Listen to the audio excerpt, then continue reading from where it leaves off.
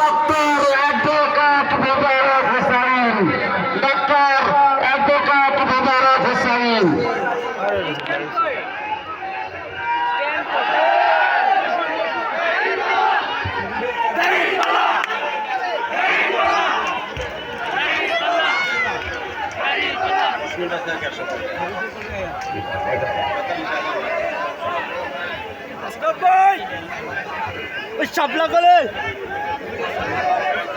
আসসালামু আলাইকুম ওয়া রাহমাতুল্লাহি ওয়া বারাকাতুহু।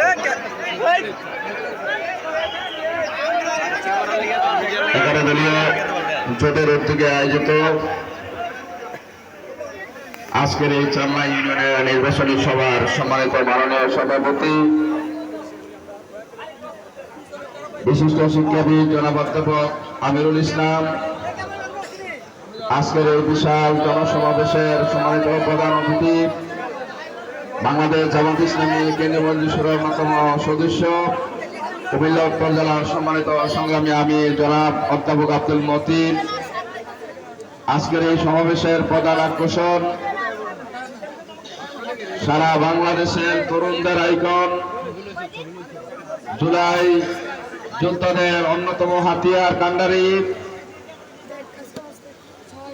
দক্ষিণাঞ্চলের মুখপাত্র এনসিপির কুমিল্লা ৪ আসনের শাপলাকলি প্রতীকের সংসদ সদস্য প্রার্থী, বাংলাদেশের নতুন বাংলাদেশের প্রবক্তা আমাদের শ্রদ্ধাভাজন জনাব হাসনাত আব্দুল্লাহ, আজকের এই অনুষ্ঠানে উপস্থিত আছেন কুমিল্লা জেলা দক্ষিণের সম্মানিত সংগ্রামী সেক্রেটারি জনাব সাইফুল ইসলাম শহীদ, উপস্থিত সম্মানিত সাবেক সফল ভাইস চেয়ারম্যান জনাব মিজানুর রহমান আতিকু, উপস্থিত আমাদের সম্মানিত থানা আমির জনাব মাওলানা রেজাউল করিম সহ সম্মানিত অসংখ্য নেতৃবৃন্দ, সম্মানিত প্রাণপ্রিয় তৌহিদি জনতা, সংগ্রামী চাল্লাবাসী, সবাই কেমন আছেন? আলহামদুলিল্লাহ।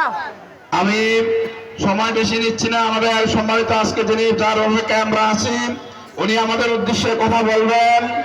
আমি একটি কথা বলতে চাই, আমাদের এই তরুণরা আজকে ঢাকা বিশ্ববিদ্যালয় ছাত্র শিবির বিজয় প্যানেলে যেভাবে আজকে একটি নতুন মডেল তৈরি করছে বাংলাদেশের ইতিহাসে, আগামী দিনে যদি বাংলা 11 দলীয় জোট ক্ষমতায় আসে পৃথিবীর একটি মডেল তৈরি করবেন এই 11 দলীয় জোট। এই জন্য আমাদেরকে আগামী দিনে এই জনপদে আমাদেরকে নিজেদেরকে স্থায়ীভাবে আমাদের দৃঢ়তার সাথে আমাদেরকে ভূমিকা পালন করতে হবে। আমরা যারা জুলাই যুদ্ধের আমরা একসাথে আছি তাদেরকে হুমকি ধমকি দিয়ে থামানো যাবে না, যাবে না, যাবে না। আজকে অনেকে মনে করছেন যে তারা বাংলাদেশের মালিক হয়ে গেছেন। এদেশের জনগণ এত বোকা নয়, এদেশের চাঁদাবাজদের ঠাঁই বাংলাদেশের জমিতে হবে না, দুর্নীতিবাজদের ঠাঁই বাংলাদেশে হবে না।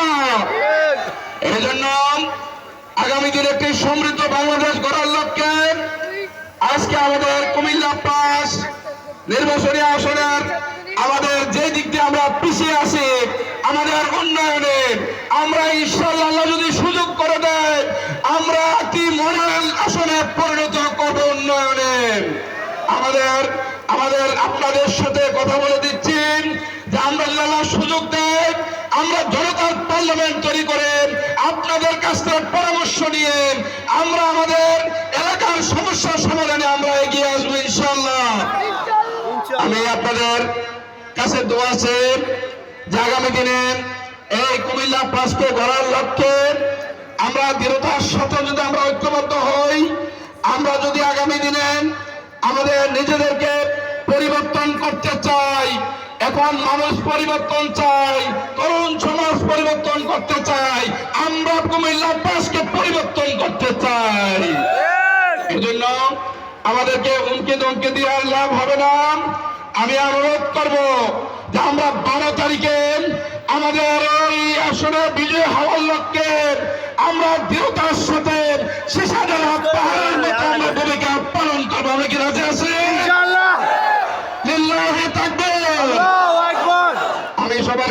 আছে। আমি আমার কথা এখানে শেষ করছি। আসসালামু আলাইকুম ওয়া রাহমাতুল্লাহি ওয়া বারাকাতুহু।